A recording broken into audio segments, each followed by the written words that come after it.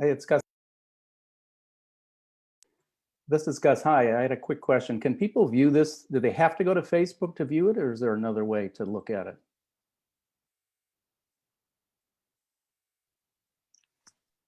It's only on Facebook. All the watchers are on Facebook. Thank you. Yeah.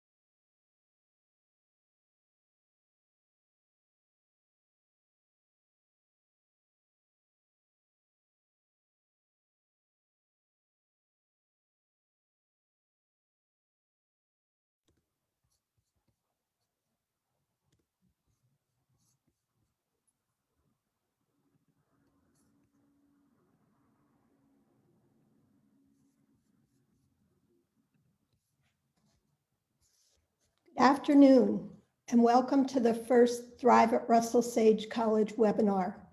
We are so excited to have you joining us today for what we anticipate will be a lively discussion.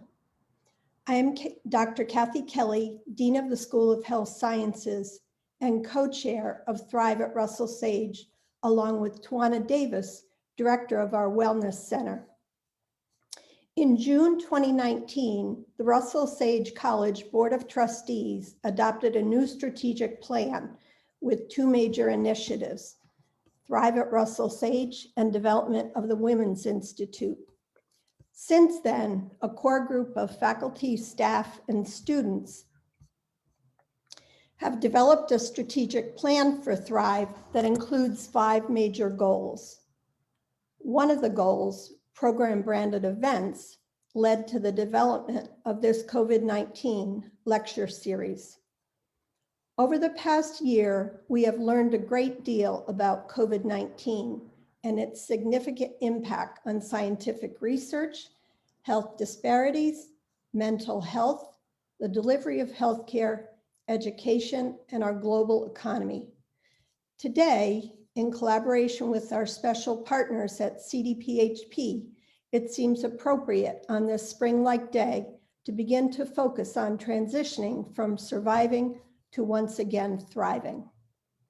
We are most fortunate to have 3 outstanding speakers with us this afternoon: Dr. Arthur Kaplan, Dr. Gus Burkhead, and Dr. Alan Sanders.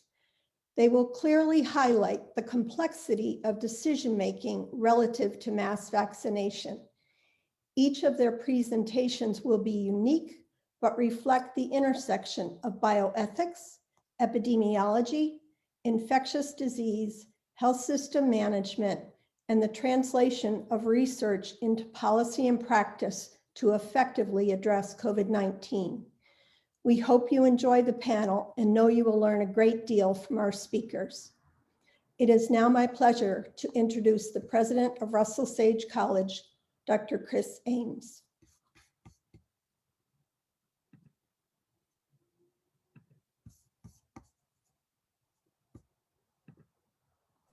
I did the classic thing of muting myself. Good afternoon, everyone. Thank you, Kathy, for that introduction. And thank you, everyone, for joining us today. I'd like to begin by citing a tweet I read this morning over coffee. The original tweet was somebody noting with excitement that she'd just scheduled the first dose of her vaccine. One of the congratulatory tweets in the thread simply said, "Thank God for the smart kids in school."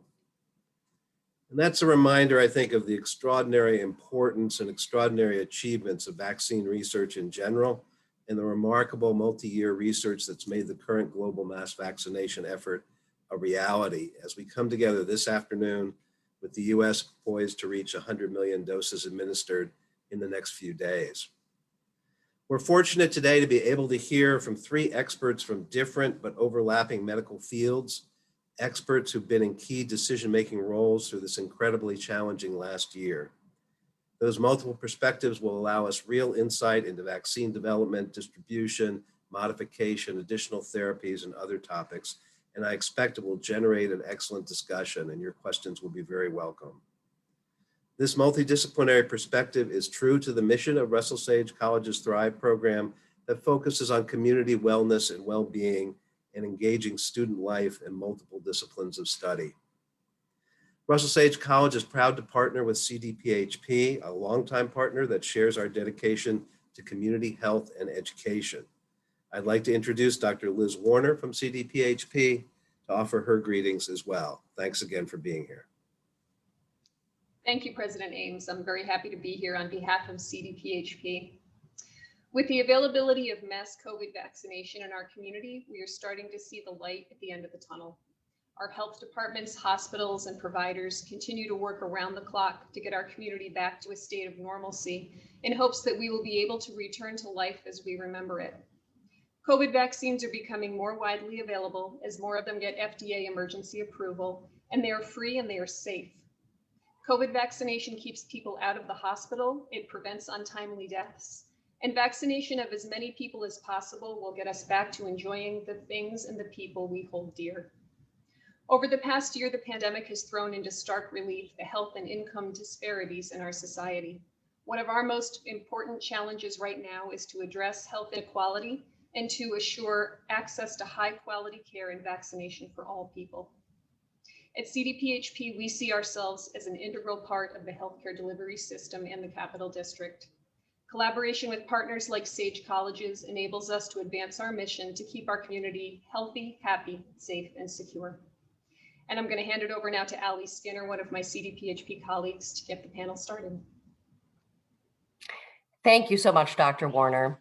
And good afternoon, everybody. Thank you for joining us. I'm Allie Skinner, and speaking of the smart kids in the class, I noticed I'm the only person on this presentation today who's not a doctor, and so I'm distinctly honored to be your moderator.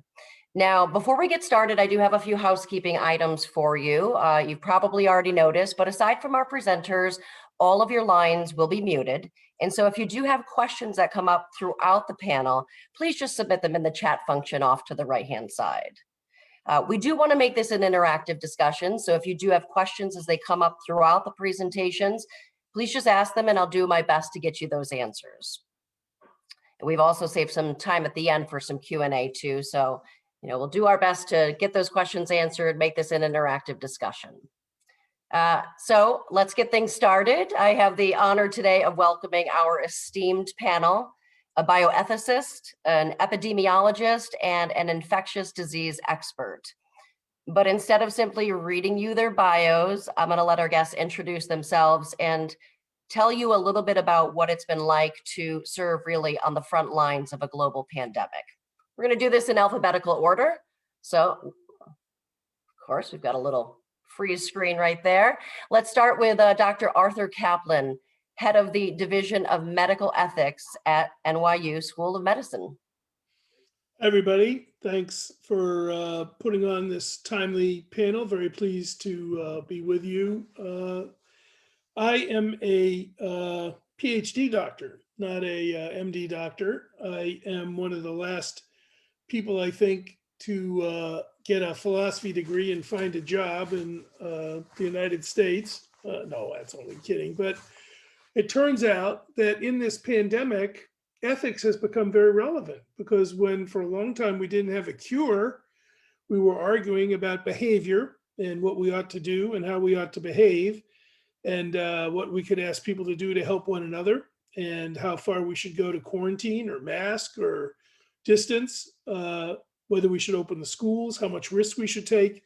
And these are fundamentally ethical choices that we have to make. So my background in philosophy became very relevant now that we're up to vaccines and we're trying to figure out who gets them, what to do with surplus, how to deal with international supply versus national supply, and many other questions. Who might we mandate to get a vaccine becomes relevant as well. So I teach at New York University School of Medicine, where I've been for about 8 years. I run the Division of Medical Ethics there, which is a small program, but we work with med students and PhD public health people, and we have a master's program in bioethics and many, many research projects, one of which I've run for many years pre-COVID on vaccine ethics and policy. So feel very comfortable in addressing some of the vaccine questions today.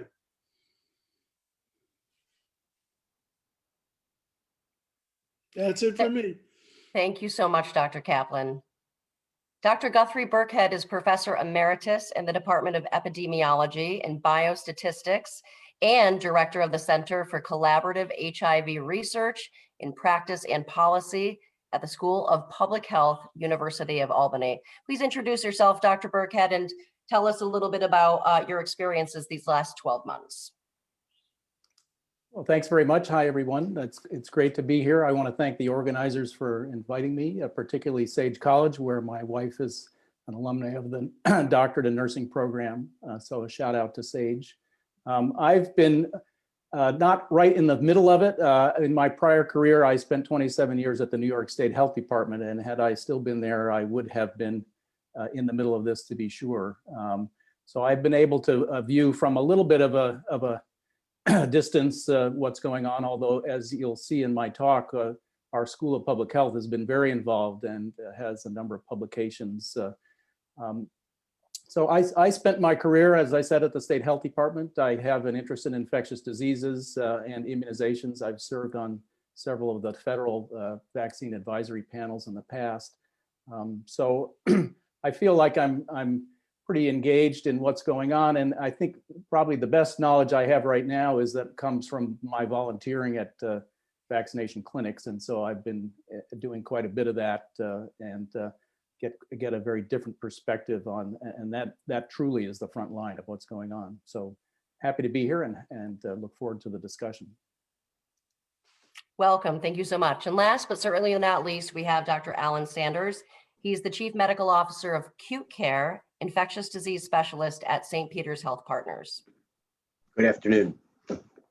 So my perspective is, unique, I guess, compared to what both Gus and Art have spoken about so far, in that I came from a generation of infectious disease doctors out of the AIDS epidemic. I entered medical school in 1984, fascinated by the convergence of what was going on with the emerging HIV epidemic and seeing infections that were almost biblical in proportion that we hadn't seen for generations, really.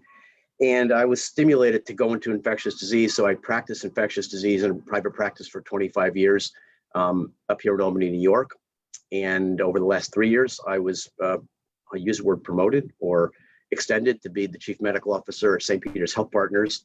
So I'm in charge of all the physicians and the activity and the acute care activity in 2 hospitals here, St. Peter's and Samaritan Hospital. And I bring up the HIV epidemic only because it's really reflecting back on what we had to deal with back then. We had no good treatments. We waited about 15 years for effective antiretroviral therapy after thousands and thousands of people died and became infected. And I just find it remarkable that in less than a year's time, we have 3 vaccinations at this point, and we're really starting to see the impact on the pandemic. I've had to, juggle things here in the hospital. Unfortunately, I'm an infectious disease doctor and also a CMO at the same time, so I was kind of the go-to guy in the COVID epidemic for all things COVID, and just juggling supplies of test equipment and laboratory tests in our organization, all the issues regarding infection prevention and PPE, all the placement of patients in hospitals. We had a peak originally of 60-some people in our acute care hospitals, and then we hit 191 during the second wave. During the first wave, working in concert with all regional hospitals here, we actually accepted a number of people by air ambulance, helicopters from the New York City area when they were so overwhelmed. So we had this amazing experience of taking care of people from out of town, from different situations demographically compared to the usual Albany area and a lot of the rural surrounding areas, and worked in amazing concert with regional hospitals that are usually competitors. I'm just so impressed with what we were able to do with the capital region. And now we're seeing the other side of it, and we're in this race with vaccines versus transmission and new infections, but I think we're in a good place. So it was rewarding for me to be an infectious disease doctor for an acute care hospital, trying to manage the day-to-day activities of a hospital, but with burgeoning COVID activity, and trying to get things like recovery with our usual practices and surgery. So a fascinating time, and again, much more rewarding than the early days of HIV disease in a lot of ways. Dr. Sanders, thank you so much for that introduction. And Dr. Kaplan, if you're ready for your presentation, we are ready for you.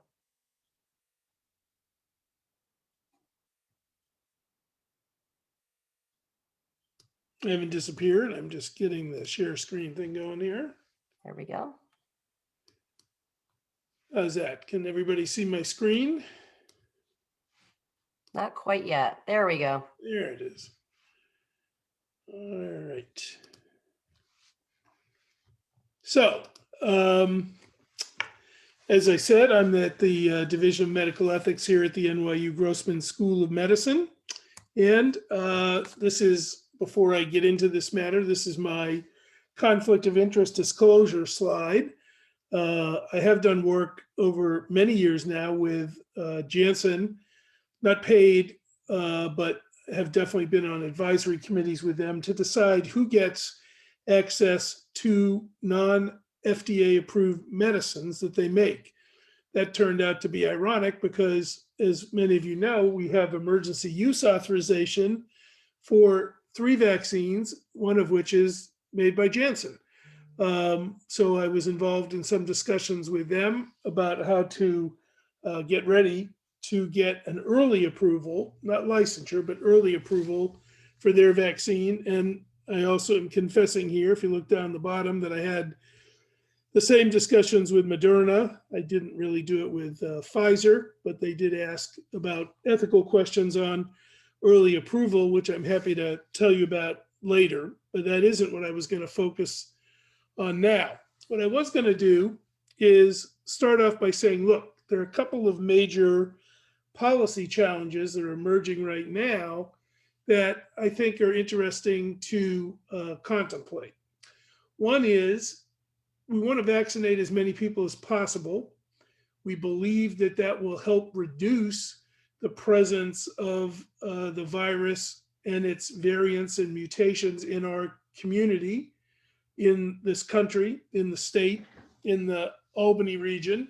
The more people vaccinated, the fewer people the virus can infect. And it may be that vaccination helps prevent you shedding the virus or giving it to others. That's not something we know for sure, but early evidence indicates that it does probably help. So we have this hope that vaccines can work us out of the current situation where we have to quarantine and distance and mask and isolate and not travel and on and on.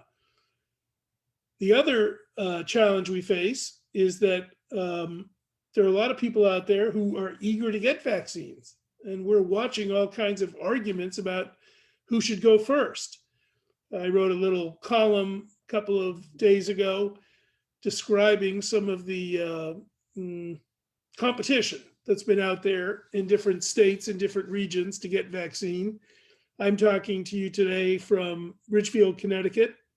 And in our state, things got so bad in terms of trying to get vaccine to healthcare workers, to the elderly, that after we got past those groups and began to get into fights about what jobs were most important or whether we could help the poor, the governor just decided to roll out vaccines by age. So we're kind of going over 70, over 60, over 50. And that may leave out some people with diseases who are high risk and should really perhaps get vaccinated next. But it's been so difficult and inefficient to get online, to show up at the public vaccination site, or to get people who are poor to be able to take a day off to go get vaccinated somewhere, that this state decided to just do it more efficiently rather than more in terms of need. Other states, New York, are doing it differently. And in other states, Florida and Nevada, it's kind of who shows up, because they gave up on prioritization a long time ago. So we're all hearing about who goes first and who deserves to go first and how should we handle that. But there are a lot of people who are also saying, I don't want to take a vaccine. I'm not interested. And there are many, many reasons why someone might not want to vaccinate. One major reason is that some people are dubious about the safety of the vaccine, not for reasons that used to prevail. It used to be people worried about autism. But remember, autism is what you worry about when you're giving a vaccine to a child. If you're giving a vaccine to an adult, presumably they're not going to revert to autism. They already have passed through that phase. So you're not going to give them that disease. I'm not sure there's any evidence that you can give it to any child for that matter. I'm sure there isn't. I think it's been studied to death, but put that aside. The safety issue that's bothering people right now, some people, are women worried about fertility, women worried about becoming pregnant. So some women are saying, I don't want to vaccinate. Remember, women make up a huge percentage of our healthcare workforce. So if you're looking at nursing home aides, nursing or physician groups, a lot of women in all those groups, and you can even see resistance in some of those groups based on, is this vaccine going to harm my baby? Or if I were to become pregnant and didn't even know it, would that harm my fetus? The second reason people are nervous is they heard the term warp speed. They think these vaccines were developed too fast. I mentioned that the things that are out there now are out there on an emergency approval basis. That means the data, early data, looks so good that given the threat of death, 525,000 and climbing, from the virus, the FDA just said, okay, the data is pretty strong. The risk of dying is pretty huge. We're going to let you release these vaccines without waiting the usual year it would take to get them licensed. And some people look at that and just say, I don't trust that. I'm not going to take a vaccine. Other people belong to ethnic or racial groups, or they think they've exploited me in the past. They haven't given me good health care, or historically they've experimented on me. Many African Americans may feel this, and so they don't want to get vaccinated. And then there's a lot of propaganda and misinformation flying around, like the vaccines contain insect parts. The vaccines contain fetal cells. There are many other things that people who've long opposed vaccination for their own reasons are putting up on the internet, and people read it. And that leads to people saying, I don't want to get vaccinated. Well, the percentages of people who don't want to get vaccinated have been dropping in polls, but it's probably still 20 to 30%, depending on where you live. Some of the people don't want to wear masks and think COVID is a hoax, certainly aren't lining up to get vaccinated against a hoax. So in some states, the politics has led to ideological opposition to vaccination. So what do we do about that? Are there people who are going to say, look, you can't refuse a vaccine for protecting the public ethically, to protect those who might be unvaccinated but at risk, or people who can't vaccinate because they have diseases? You're going to have to take a vaccine. Can we compel somebody, if you will, by fine or jail sentence, to take a vaccine? And the answer is yes, we certainly can by law. That case that's up there, Jacobson versus Massachusetts in 1905, involved a smallpox vaccination for an outbreak. It was actually an inoculation, but that's all right. An outbreak in Cambridge, Massachusetts. There was a minister there named Henning Jacobson who refused to be vaccinated. He said the vaccine wasn't safe. And I have to add, Henning Jacobson had a little bit of a case because those early vaccines did sometimes cause disease. They caused smallpox, even though they were meant to prevent it. So he had a little bit of a case. But the Massachusetts court, and then ultimately the US Supreme Court, decided way long ago, more than 100 years ago, that the liberty secured by our Constitution doesn't give you an absolute right at all times, free from restraint. What they meant was by government intervention. And it is within the police power of the state to enact compulsory vaccination. Ethically, I think there's also a case that says the strong have to protect the weak. The adults have to protect children or newborns in particular, who can't be vaccinated for a little while because their immune system isn't fully developed. And morally, yes, you have liberty to say, I don't want to do something, but you can't do it if it harms or hurts others. So I think the case is there to compel vaccination. By the way, Henning Jacobson never was vaccinated. Despite all these court rulings, he paid his fine and didn't get vaccinated. His fine at the time was $5. We do have vaccine mandates for many vaccines already, by the way, in place. We have vaccination requirements for children to go to school. Many of you know that you're supposed to get a measles, mumps, and rubella vaccine to send your child to school. Some states have asked that daycare workers, staff, get vaccinated against the flu, and it is mandatory in Rhode Island and Connecticut to do that. We've eliminated religious exemptions for vaccination. Parents sometimes invoke that for their children, and they've been done away with in California, New York, Maine, and they never existed in West Virginia and Mississippi. So you can't exempt yourself out. Basically, the only way to not get vaccinated if you want to go to school in those states is to homeschool, which some people do choose to do, but that keeps them from, at least in theory, infecting other children at school. If you mandate a vaccine, we have to realize there are strong ways to do it, strong mandate, and weak ones. Strong mandates say no exceptions, except if you have a health issue. The vaccine might make you sick because of an underlying condition, or it won't work for you because you are suffering from an immune disorder and you can't build any immunity to anything, which, by the way, is why other people need to vaccinate, because you can't.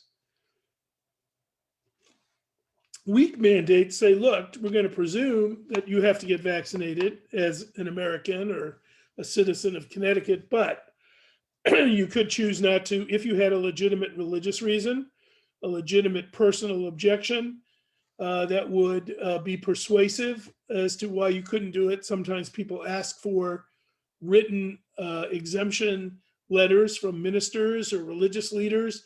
Sometimes, like with a conscientious objector, they make you write up the reasons why you have a philosophical objection. But a weak mandate permits people to opt out of a requirement. And by the way, both the strong mandate and the weak mandate, in the case of the strong mandate, you might find people. In the case of the weak mandate, you might do what ethicists sometimes do, which is to shame people. Well, if they're going to be mandates for people who won't vaccinate, who will likely impose them?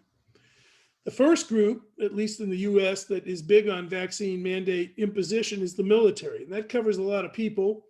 The military, as soon as a vaccine gets licensed, will require it. You can bet on it. There's nobody moving in the military or military contractors or military health system who doesn't have to get any vaccine that is licensed by the FDA. Now, right now, the 3 vaccines that are out there for COVID are not licensed. They're just out there on early approval. The military has not mandated them yet, but as more data comes in on their efficacy and safety, probably another 6 months of data, they will.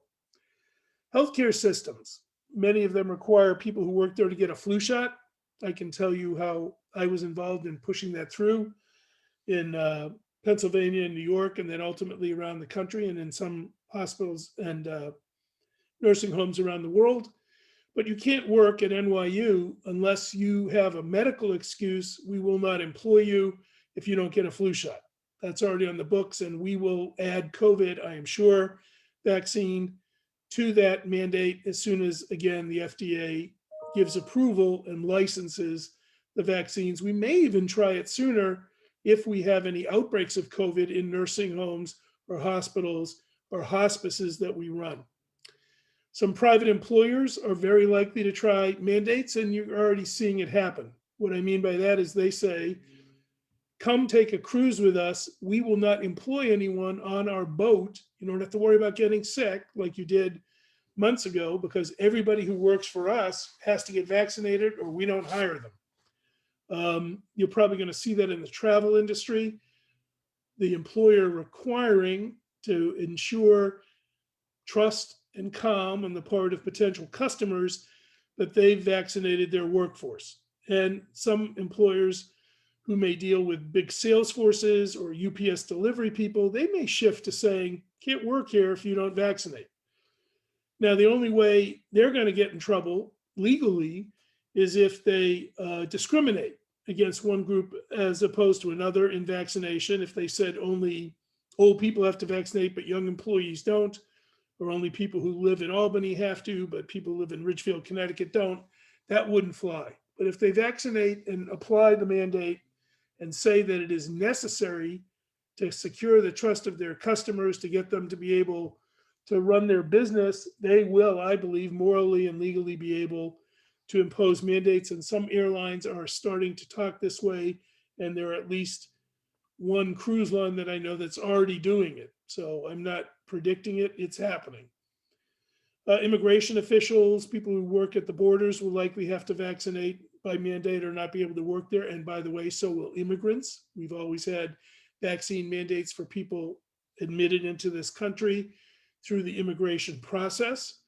And I imagine as soon as the vaccines are proven safe for kids, we'll see some places mandate vaccination for children, piggybacking onto the existing vaccine mandates. So I've already explained the difference between emergency use and license. Emergency use authorizations are a little tougher to mandate, but as soon as more data comes in, I think we'll see them done, and I support that. Second half of what I want to talk about is passports, and we're starting to see them hit the news as well, immunity passports. What that means is, I don't know how many of you have been vaccinated. I have been, and I have a little card that I got that certifies that I got 2 shots of Pfizer, and it was stamped by NYU. And if you have a little card like that, I tell you, go get it laminated down at UPS or somewhere, because I think it's something you're going to have to start to show to gain entry to certain places, certain events, certain places you might want to travel. For many, many years, the World Health Organization has set standards for what's called the International Certificate of Vaccination. It proves that you have been vaccinated primarily these days against yellow fever. It's called the yellow card. I think you can see a picture of it on my slide up on the right there. And about 20 countries won't let you in if you don't have proof of yellow fever vaccination. There's another 30 that won't let you transit through them if you don't have that card. We already have an immunity passport to supplement the regular passport. It makes sense. Why would you be not watching the spread of disease if you could control it by vaccination? Well, some people would say, here's why not. One, it's too easy to fake and forge. Although I think what you're going to see is apps developed that are tough to forge. Anything can be forged, as we know from attacks on our tightest protected data sources by foreign governments, but and their agents. But there'll be much more protections put in place to protect against that. But it is a concern. It would mean that the government would know where you were going and who is vaccinated and who isn't. That's true. Of course, the government knows almost everything about you anyway.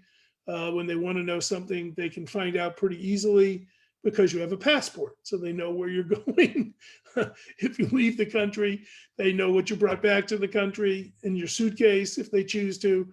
And obviously, there are many, many other databases that are maintained where police agencies and other groups go prowling if they want to find out something about you. I'm not saying that's good. I'm just saying it's a reality. Some people will say, well, it's not right to restrict my liberty. If I want to go here or there, I shouldn't have to show a vaccine passport.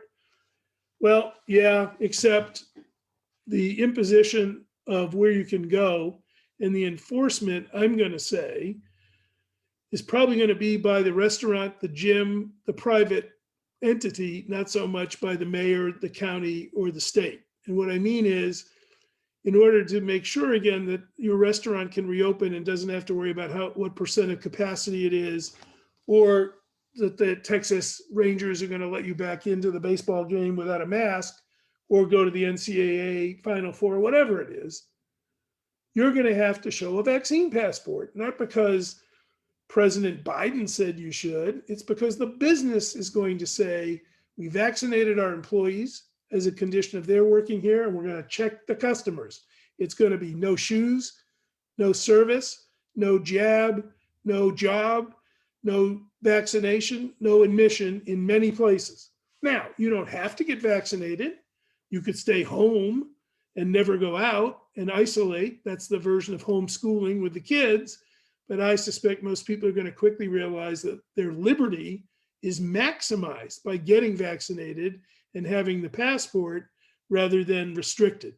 It's actually ironic, but having a vaccine passport, I think, will give you more freedom. So I don't want to suck up everybody's time here, but I'll just end by saying European Union is already proposing a vaccine passport.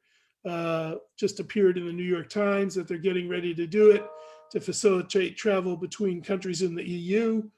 And I think Spain also has preparations underway now for a vaccine passport, as does Iceland. So private employers here, maybe governments in other parts of the world where people are a little less distrusting of government.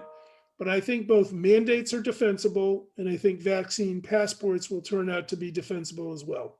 Thanks. No jab, no job. I think we're going to, we may start hearing that soon. That was really fascinating stuff, Dr. Kaplan. Thank you so much.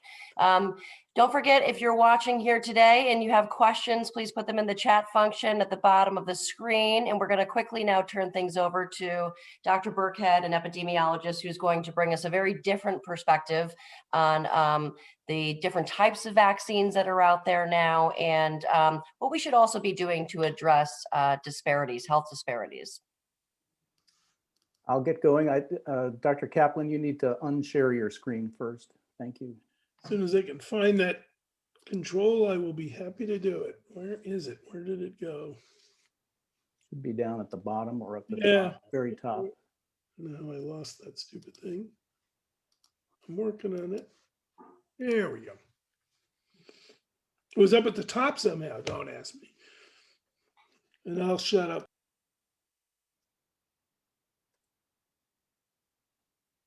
Well, hi again, everyone. I hope you can see my slides here. Let me know if there's any problem. Again, it's great to be here. I too have a disclosure that I'm a member of a Janssen COVID-19 Vaccine Implementation Advisory Committee, which will advise them, I'm told, on post-authorization studies. And I'm told I will be remunerated for my time, but the committee has not yet met. So that's what I have to disclose. I was asked to talk about two topics. The first is the role of health disparities in the COVID-19 pandemic. Health disparities are a core public health issue, which we deal with, as you'll see, in lots of different areas. And the parallel concept of health equity and approaches to preventing COVID-19 and to getting people vaccinated with a health equity lens.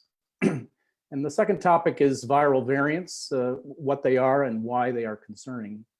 So we'll jump right into this.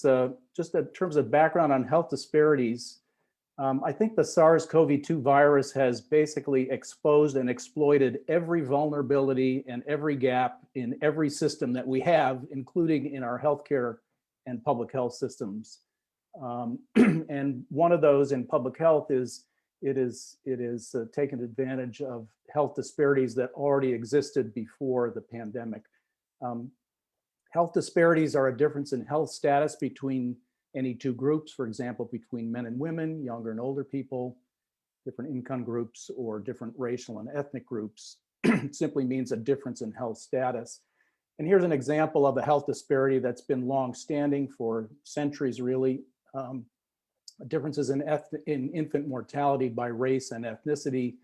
What this chart is showing us is the infant mortality rate, the death of live-born children by their first birthday per 1,000 live births in different populations. And you can see in the United States, we still, as of 2016, have at least a threefold disparity between the highest group, non-Hispanic Blacks, and the lowest group, Asians. So we find health disparities like this in many different areas, and COVID is no exception. So what causes health disparities? Well, it turns out it's generally not a biological or genetic difference. Genetics may play a small role.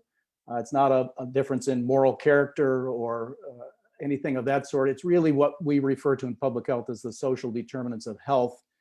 Things like housing, education, social supports, family income, employment, access to health services, for some psychological and psychiatric illnesses, childhood experiences are determinative. So social determinants really are responsible for these differences that we see. And here's another just example of bringing it right close to home. In Albany, New York, this is a map of census tracts in the city and county of Albany. And this is life expectancy at birth. And what you can see is that we have a huge disparity here in life expectancy. We have some census tracts in Albany where the life expectancy at birth is anywhere between 56 and 75 years, and others where it's anywhere between 81 and 97 years. So again, it's basically social reasons that are causing this, and that we need to pay attention to. And so when the COVID pandemic arose, we saw exactly the same thing happen with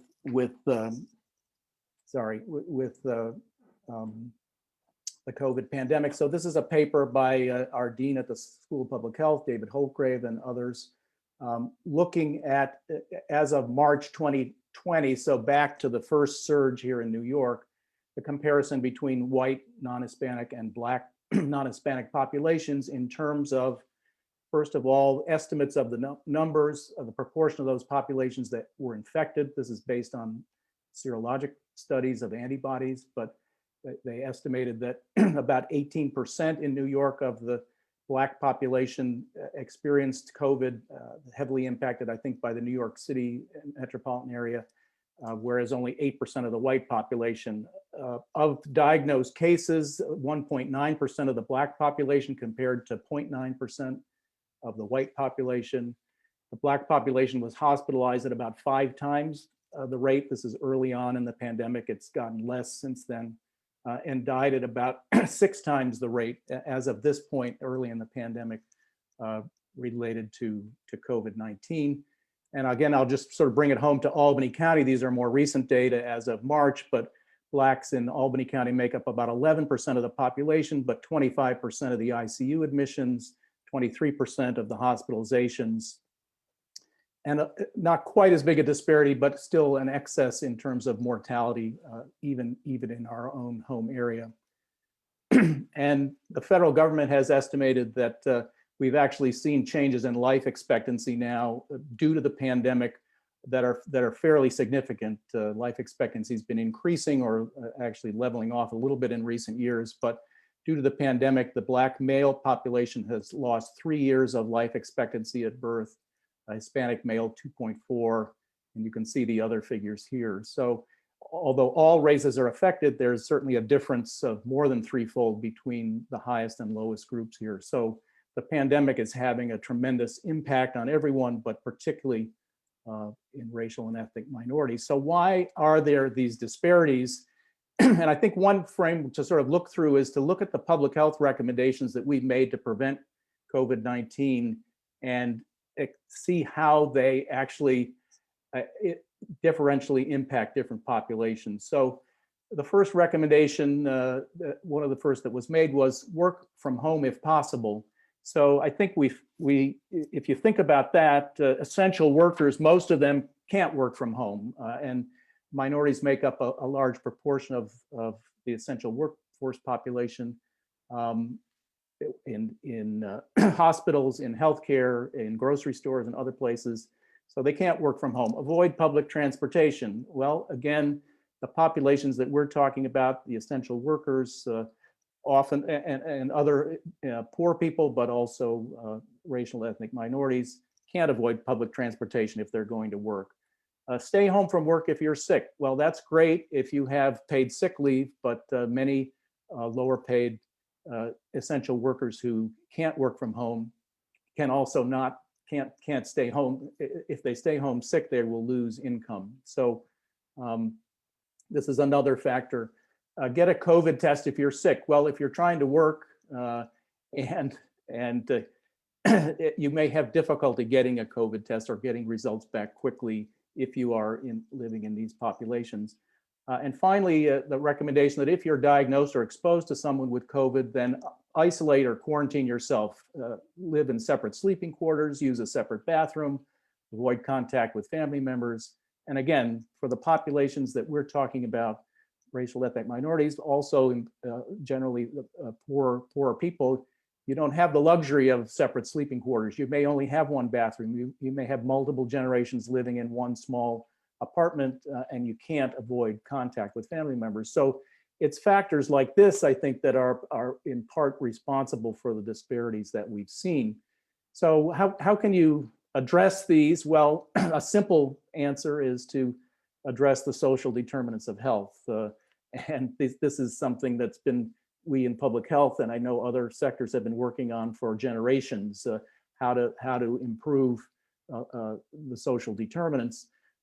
And the idea that we adopt here is to take a health equity approach in doing that. So what do we mean by a health equity approach? Health equity means that everybody has a fair opportunity to be healthy as possible, And I want to distinguish that from equality. Equity and equality are, you'll see, somewhat different here. So if we want to be equal in giving people the ability to get around by a bicycle, we would give everybody a bicycle.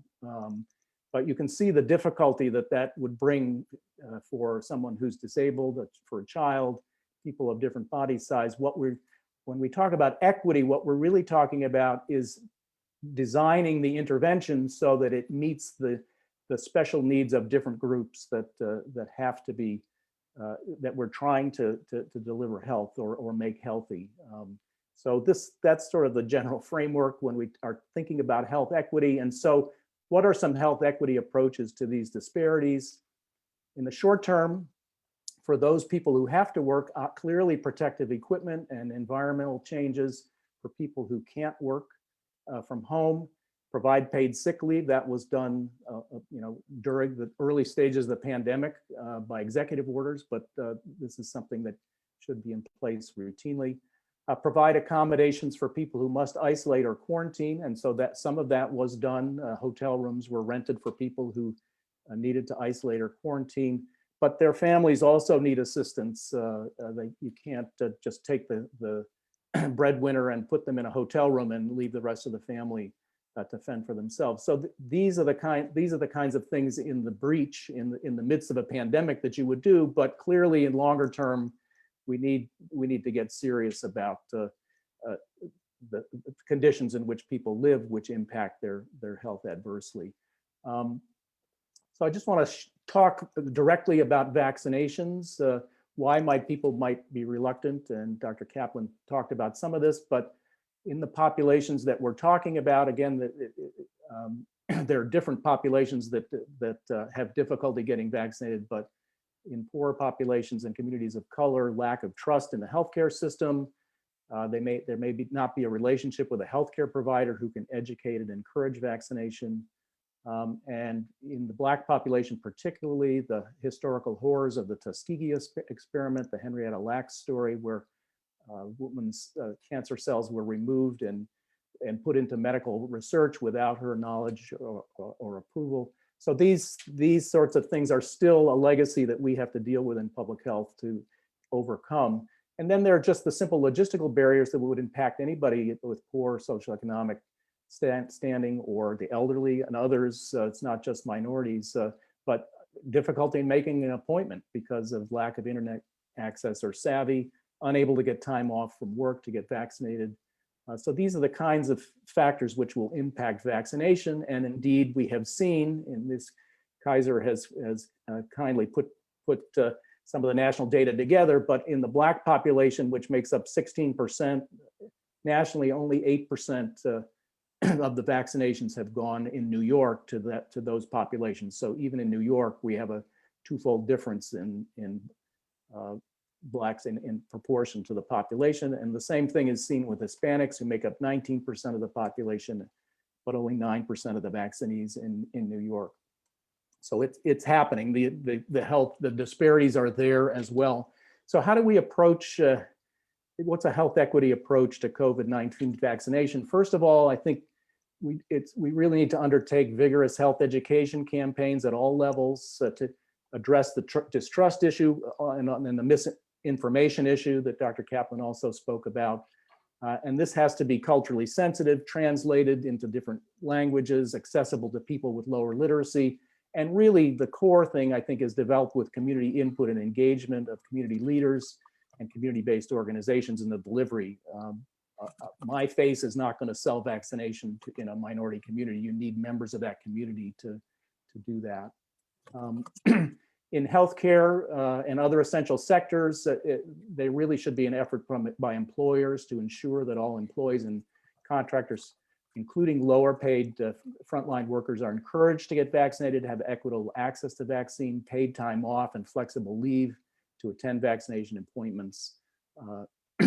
It's important. And continuing, I think the ideas, and these are ideas that we've, in a paper that we are having published is in press at the moment from the School of Public Health. We really need the idea of patient navigators to help people assist them getting their vaccine appointments is important not only for racial ethnic minorities, but for other disparate populations suffering health disparities, the poor, the elderly, et cetera. Simplified and language accessible hotlines and mobile apps. I discovered from personal experience that trying to use my phone to access the New York State mobile app to schedule doesn't really work well. You really need a computer at the time I was doing this to make that happen. So there needs to be an effort to do that because many people will have smartphones and that's their internet access. Placing vaccination sites directly in the zip codes with high social vulnerability index scores and high numbers of COVID cases. So we have these mass vaccination clinics that are regional in nature, but people have to get there. They need transportation, they need time. So actually moving, and I think we're starting to see this increasingly, moving vaccination into those neighborhoods. The idea of a pre-registration process, so you don't have to wait online for hours and have the system crash, but sign up in advance and then get notified when vaccines are available. The health departments have the ability to monitor the vaccine appointments that are in the system now, which are stretching out for months. So look at those.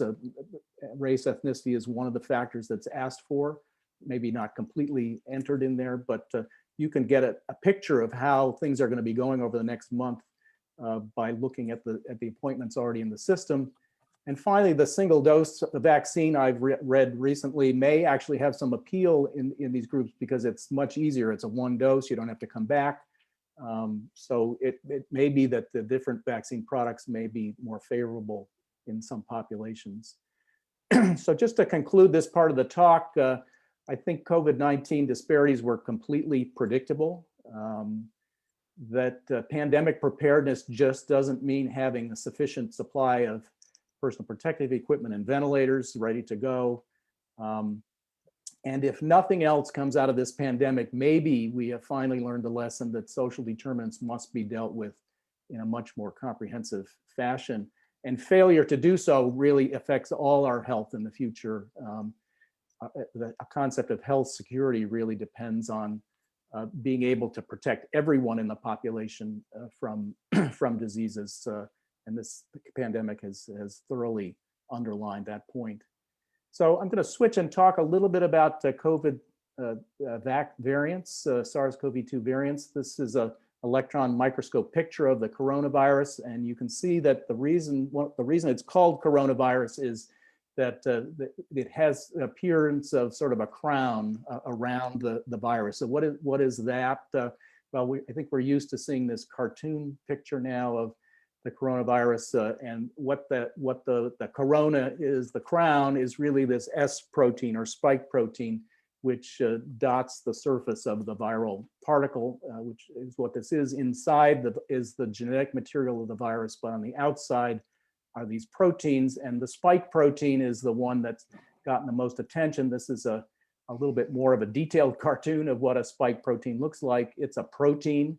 The gray parts here are a long chain of amino acids that are folded and curved into a very specific shape that's very important for how the virus identifies and attacks the cells that it's going after. The blue on here are actually sugar molecules that are attached and in some cases can interfere with antibodies. So what happens is, here's the virus up at the top and a human cell down at the bottom, and this spike protein attaches to a receptor, one of the proteins that normally occurs on human cells, the ACE2 receptor. And at this point of the contact, there's a very specific fit, very specific physical, like a hand fitting into a glove. And when that happens, the spike protein is sort of spring loaded, and it will actually put out grappling hooks and pull the virus particle into the human cell. So that this interchange here, this connection is critical to the virus's ability to get into cells. And equally critical is the ability of antibodies to attack and bind to the virus. This is, again, in the middle here, this gray part is the spike protein. And what you can see is 4 different spots on the spike protein where antibodies, and that's what these cartoon figures are, different antibodies. These are also proteins made by the body where they bind. And again, at these binding points, you have a very specific hand and glove fit that allows the antibodies to lock onto that spike protein and physically block its entry into the cells, and also flag that viral particle for cleanup by the body's cellular immune system. So this hand and glove fit at these intersections is what's critical and what goes wrong with the viral variants. This is showing you a picture of the genome, the genetic material of the SARS-CoV-2 virus. It's about 30,000 coded letters in the full length of the code. For comparison, the human genome is 3 billion base pairs. HIV is about 9,000, so HIV is a much smaller virus. Herpes virus is about 10 times the size of SARS-CoV. So even within viruses, there's a big difference. And what happens is this genetic material gets transcribed into the proteins. The proteins are made based on the code in the genome. And in particular, the structural protein is a small part of the genome of the virus. And it codes for the spike protein, which is about 1,273 amino acids long. So what happens, why do variants occur? Well, viruses make errors when in copying their genetic material. In human cells, there's editors that basically fix errors that happen when you're transcribing DNA. But in viruses where the genetic material is RNA and they don't really have an editing mechanism, errors can get introduced that result in a mutation. In other words, a change in the viral protein amino acid sequence. And this can change the shape and the binding properties of the protein. Remember how critical that hand and glove binding site is, both for the virus to attach to the cell and for the antibodies to attach to the virus. So SARS-CoV actually makes fewer mistakes than some viruses. HIV makes a lot of mistakes. SARS-CoV-2 actually has a very rudimentary editor that tries to fix some of the mistakes, but over time, and with lots of replication cycles of the virus, mutations can start to build up. Some are of no consequence, and some can actually be fatal to the virus, but it usually requires multiple mutations to change function. And so these mutations can really cause concern if, one, they make the virus more transmissible, and we'll see that one of the prominent strains now out there does make it more transmissible, makes it more virulent, in other words, causes more severe illness, or interferes with the neutralizing antibodies that will bind the virus either from previous disease or vaccination. So this is why the variants are of concern, because it changes the virus. And we've seen this. This is natural selection happening. So there are a number of variants out there that people I'm sure have read about. We've been urged not to name them by the country of origin, so as not to stigmatize that, as our prior president tried to stigmatize China by naming the virus after China. So there's a prominent European country, which you've probably heard of, where the B117 strain comes from. This actually has 23 different mutations, and one in particular changes the amino acid number 501, results in tighter binding to that ACE receptor, and so it makes the virus more transmissible, gets into the cells easier. Fortunately, it doesn't seem to block the antibody binding.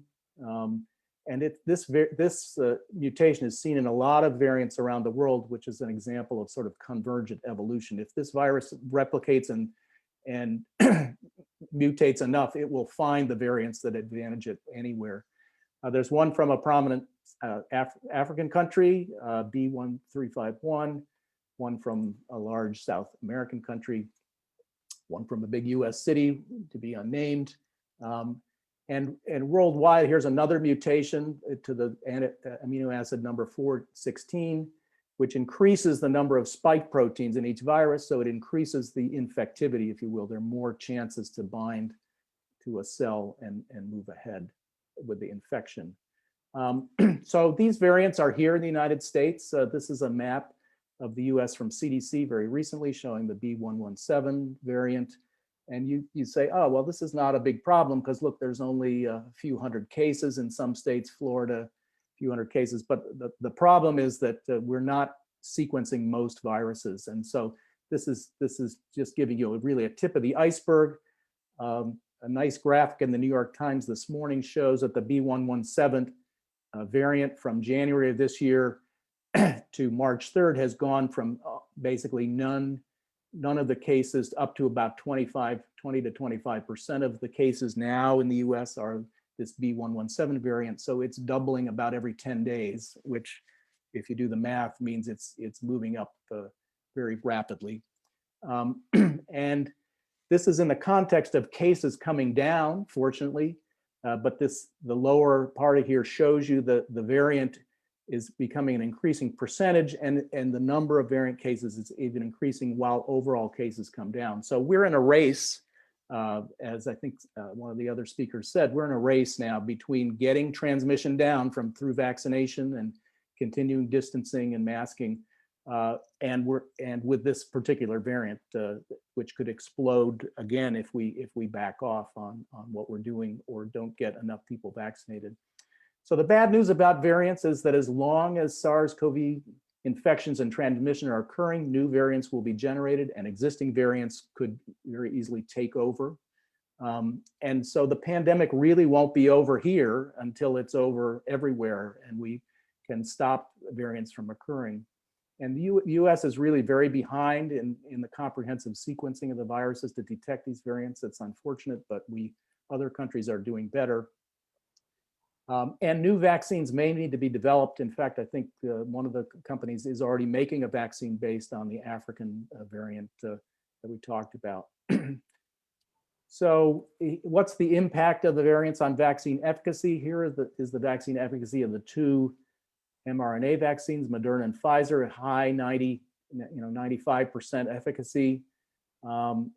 These studies were done in areas where the B1.351 variant was not, this is the African variant, were not present.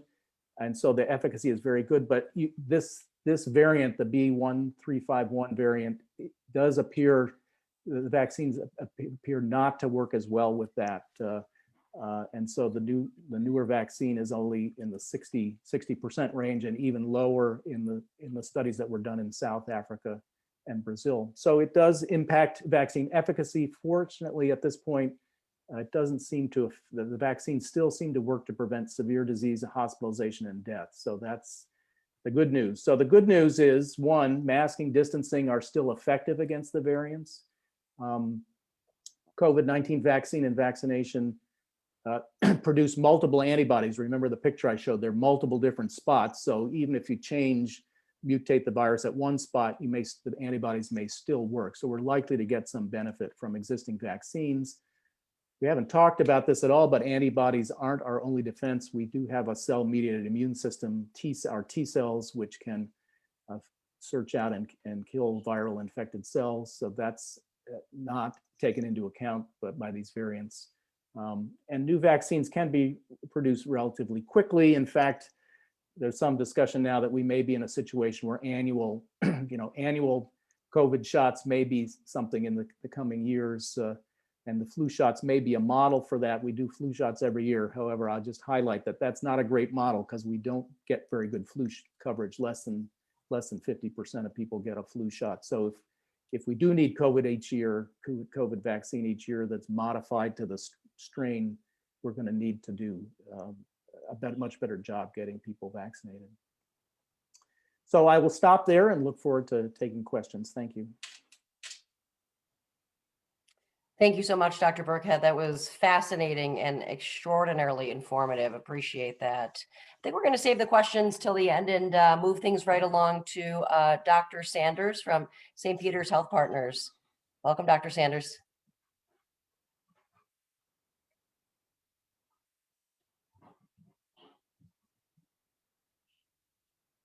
Dr. Sanders, can you hear us? I think your phone is on mute.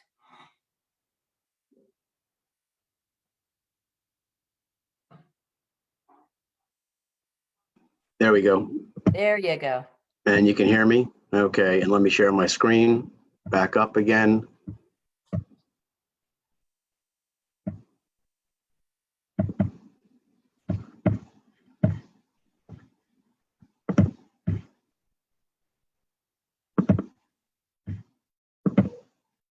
How we doing? Okay.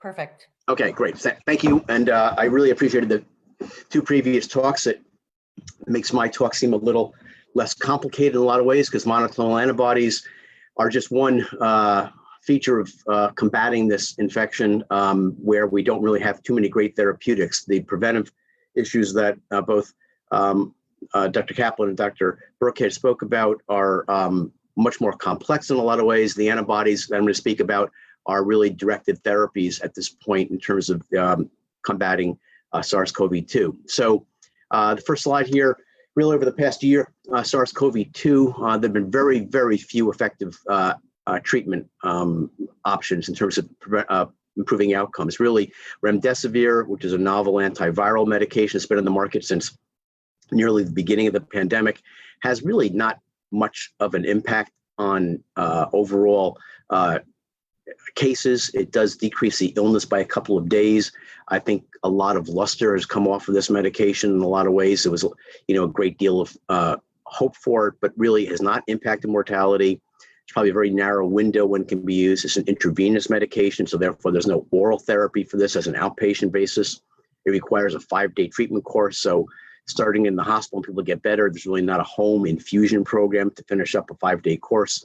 Really not really too much of an effective agent overall. Dexamethasone, a common steroid, has probably been the only impactful therapeutic at this point, but it's really only given to those folks who are, first of all, hospitalized and in need of significant oxygen support. So it has bent the curve in terms of mortality, but then again, this is not a drug we'd give on an outpatient basis. It doesn't it's not indicated for people who have moderate to severe disease, but really for people who have more severe disease. But it can be impactful, obviously, and was really, from all the studies that were done, the only impactful therapy for mortality.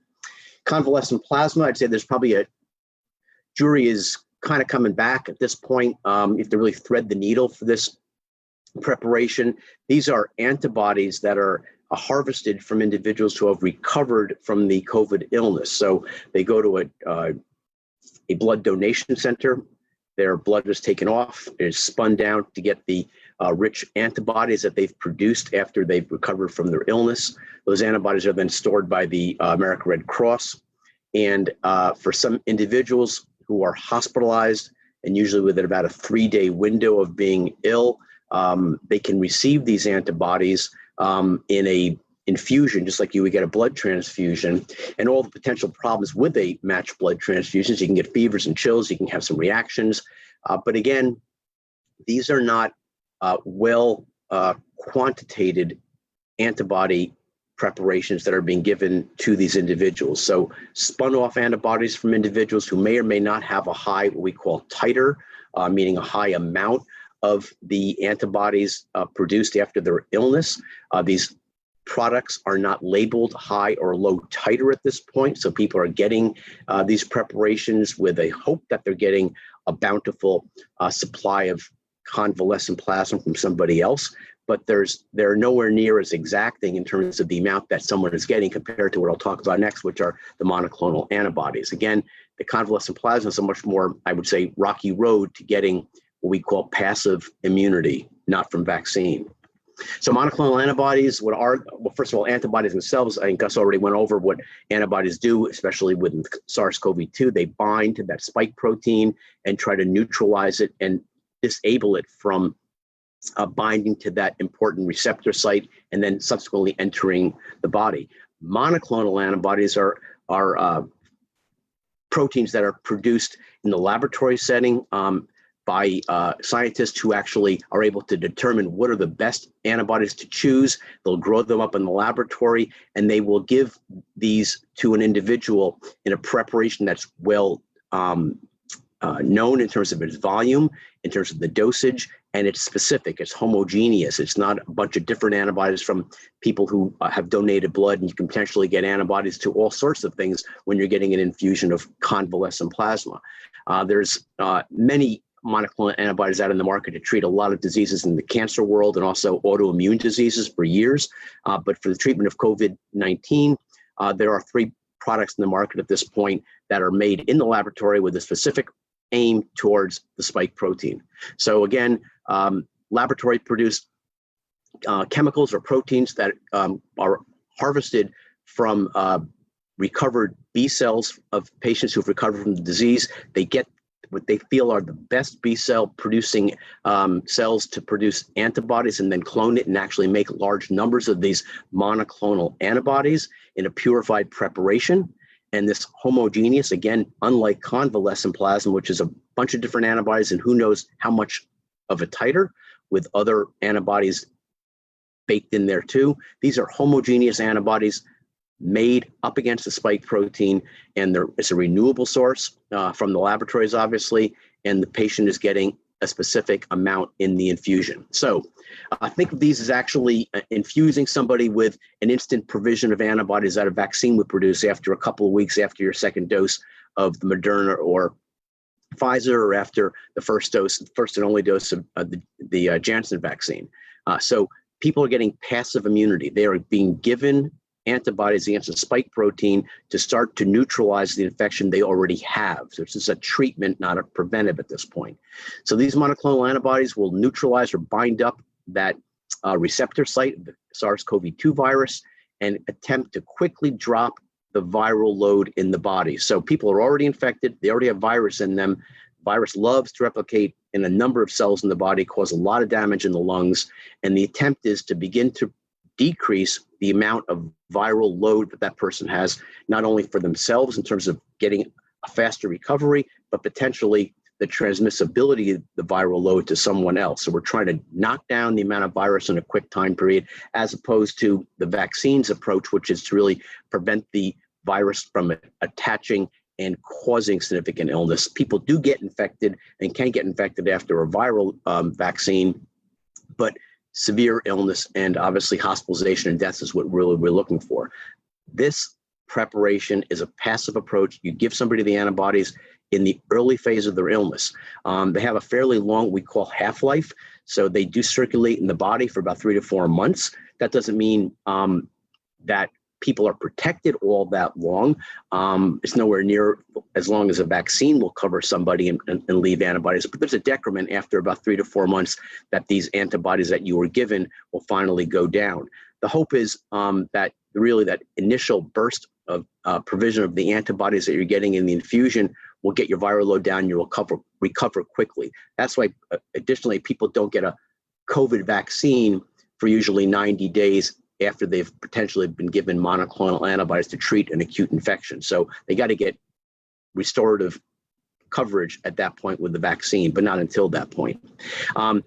There are concerns of what happens when viruses start to mutate. So these products have been made in the laboratory during the first phase of the illness, when they recovered B cells from people who were infected during the early phases of the disease.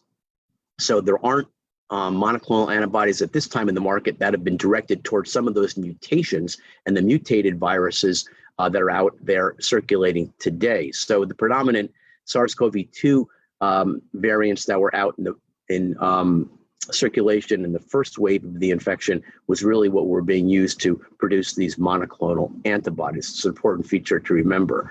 So the FDA has approved 3 products now: the Eli Lilly product, bamlanivimab, the Regeneron product, which is a cocktail of 2 different monoclonal antibodies in one, casirivimab and imdevimab.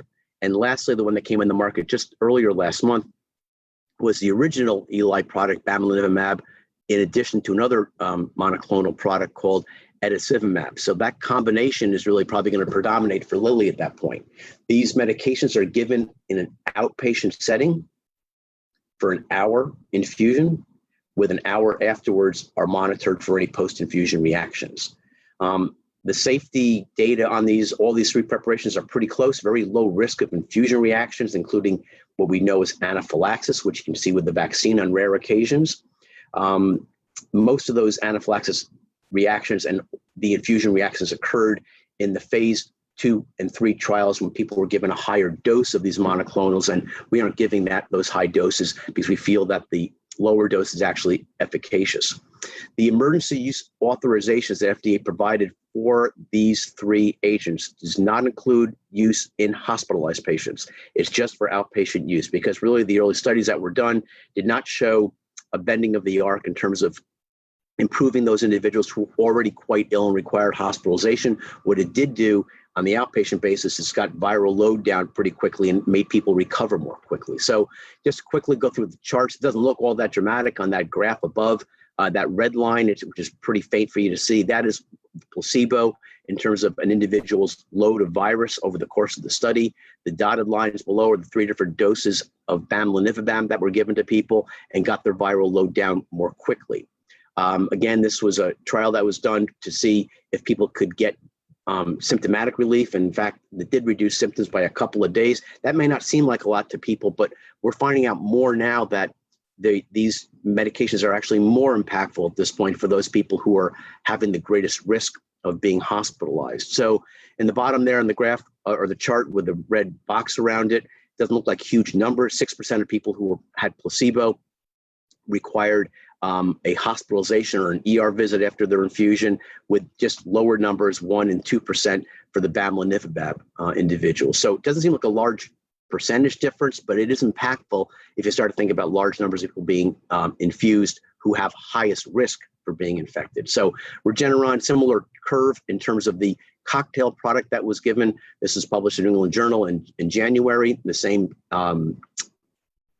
issue that came out with the bamlanivimab data. Again, viral load decreased more quickly. Again, placebo, 4% of folks got to the hospital after their infusion. And these people were not all high-risk folks. This is a large group of people who were infused in terms of their otherwise age, BMI, and overall medical condition. So this is a large group of people, and 4% required hospitalization who had placebo, and then half of that for people who got the Regeneron cocktail product. Again, reduction in symptoms by a day. It may, again, not seem like a lot, but we'll get through some more data here. So if you look at the monoclonal antibody therapies and people who have high risk, and they're listed here, high BMI, kidney disease, diabetes, they're under some immunosuppressive treatment or have an immunosuppressive disease, and they're over 65 years of age. You can be over 55 and have a couple of those other indicators, cardiovascular disease, hypertension, or respiratory illnesses. In those higher risk individuals, when looked at head-to-head against placebo, the bamlanivimab group had a 10% group, the placebos had 10% risk of hospitalization versus 3% for those who got the bamlanivimab. And for the cocktail from Regeneron, again, 9% who got placebo, only 3% of the folks required an ER visit or hospitalization after they received the monoclonal antibody if they were in that high-risk group. And that's who we're really giving this medication to based upon the EUA. So lastly, there's now a Lilly cocktail out there. I mentioned to you before, this is bamlanivimab plus etesivimab, and some new data came out today about it, actually, or yesterday about this.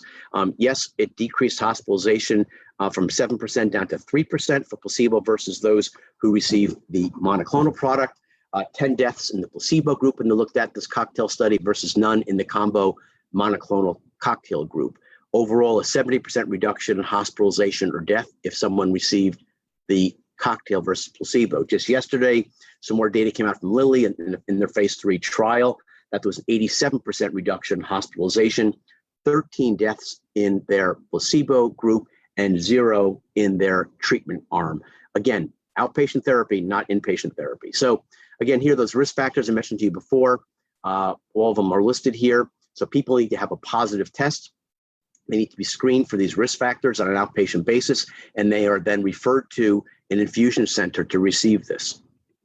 How it all works, again, they have to be ill within a 10-day window. Best to give this medication within a 3 to 4 day window, but the furthest out you should really give this to anybody is 10 days. At that point, people start making their own antibodies, and if they're already improved, there's not much gain they're going to get from getting passive immunity. But before that point, before they make their own antibodies to the infection, giving this preparation or one of these preparations will clear their virus more quickly and improve their overall well-being and avert hospitalizations and potentially worse illness. So people get diagnosed, after a test. Their test results are known. We look at their screen for potential high risk. They're referred to an infusion center and they're scheduled ASAP.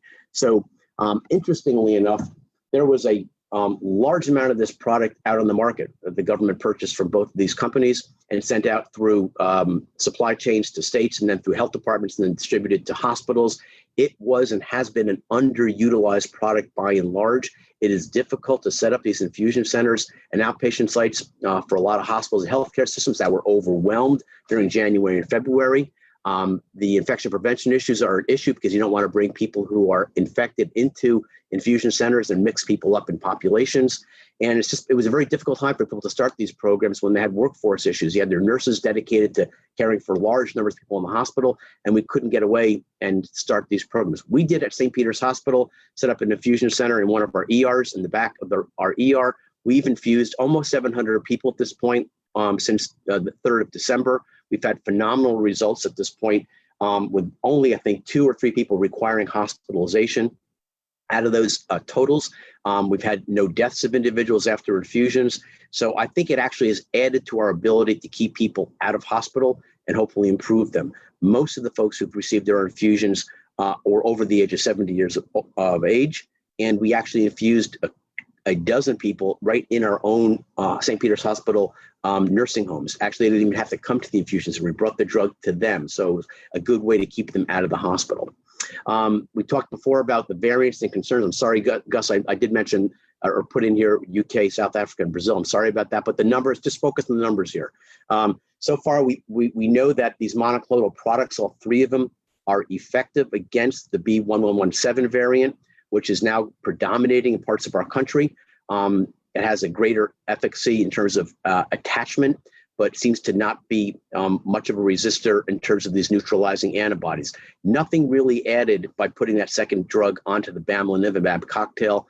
It's no better than bamlanivimab alone, but all 3 of these drugs work against the B.1.1.7. A little bit different story for the B.1.351 and the P1 variants.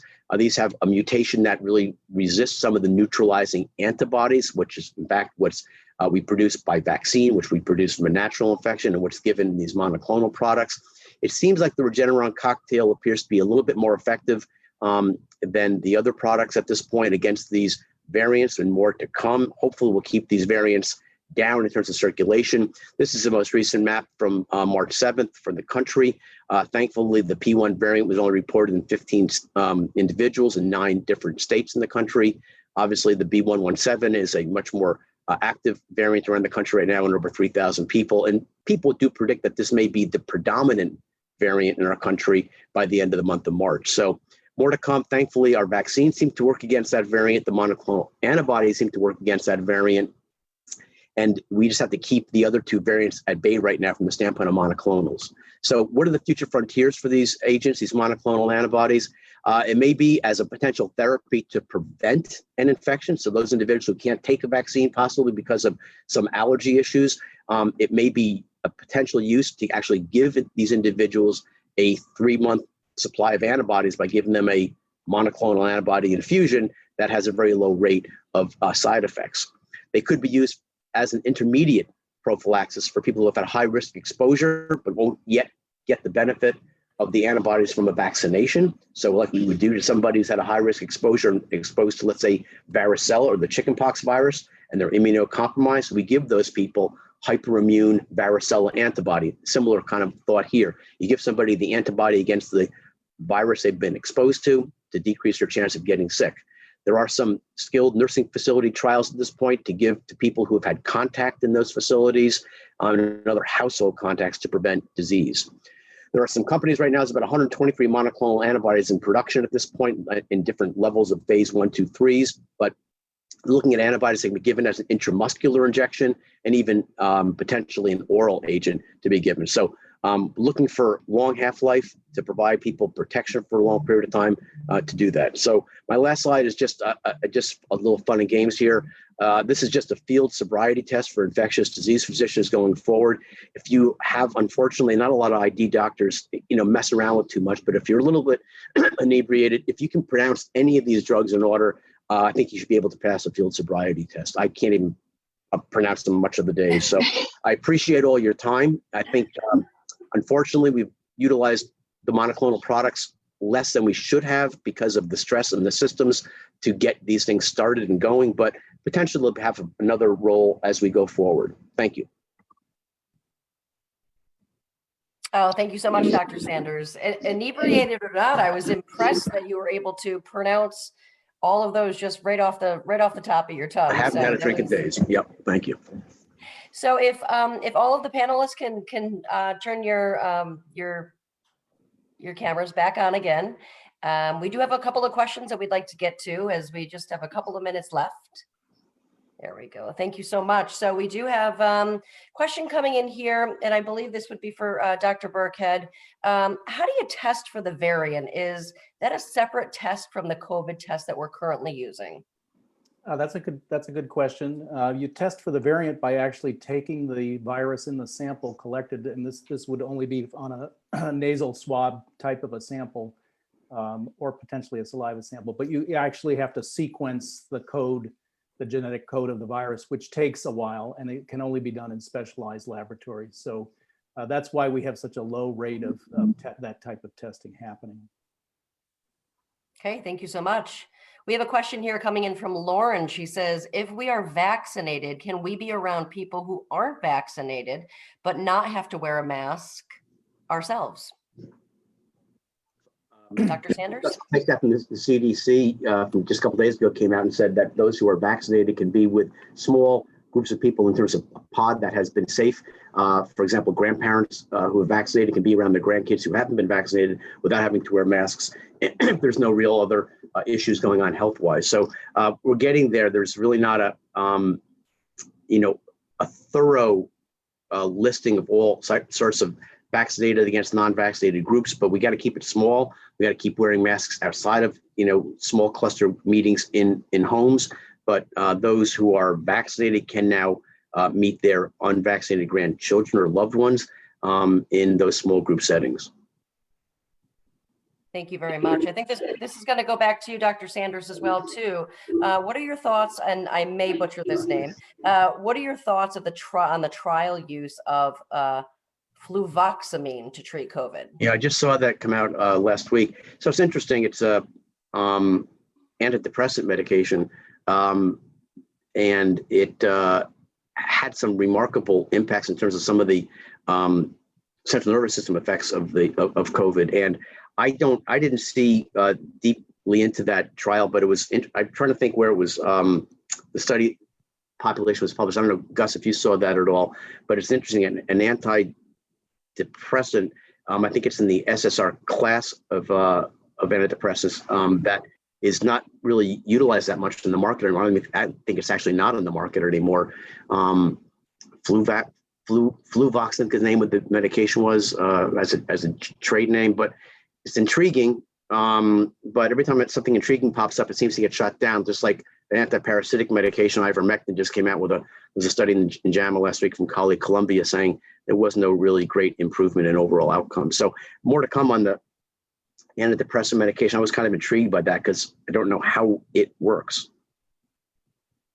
Dr. Kaplan, you talked a lot about how certain industries, notably the military, travel, healthcare, more likely to require the vaccine for their employees. But outside of those industries, what do you think the likelihood is of those employers requiring the COVID vaccine for their workforce? And what do you think on timing?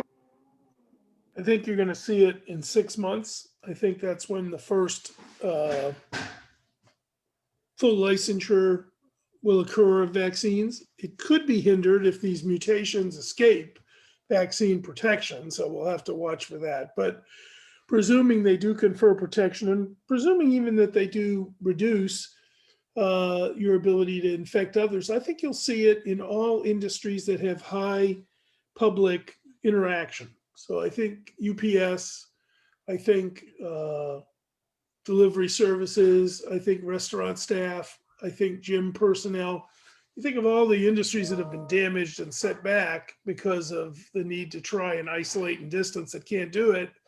I think that's where you're going to see it. And I do think it's the private sector that's going to push it. I suspect government may get there at some point, but it'll be easier for them to watch the private sector push out vaccination as a requirement of employment. So I think it'll happen pretty quickly, presuming efficacy holds. All right, we have more questions, but we are all out of time. And so I'd like to turn things back over to Dr. Kelly from SAGE to give some closing remarks.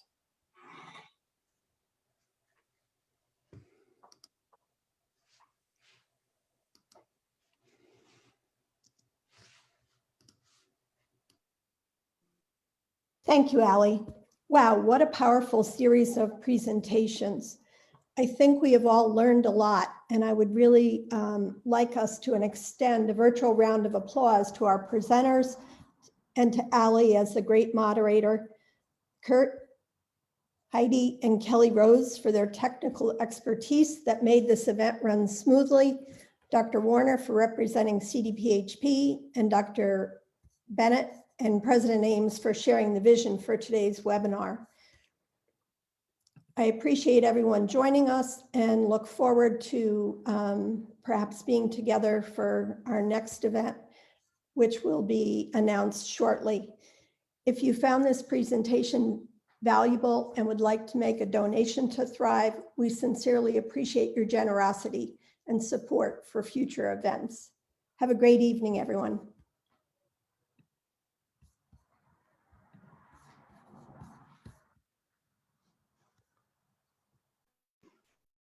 Thank you for having us.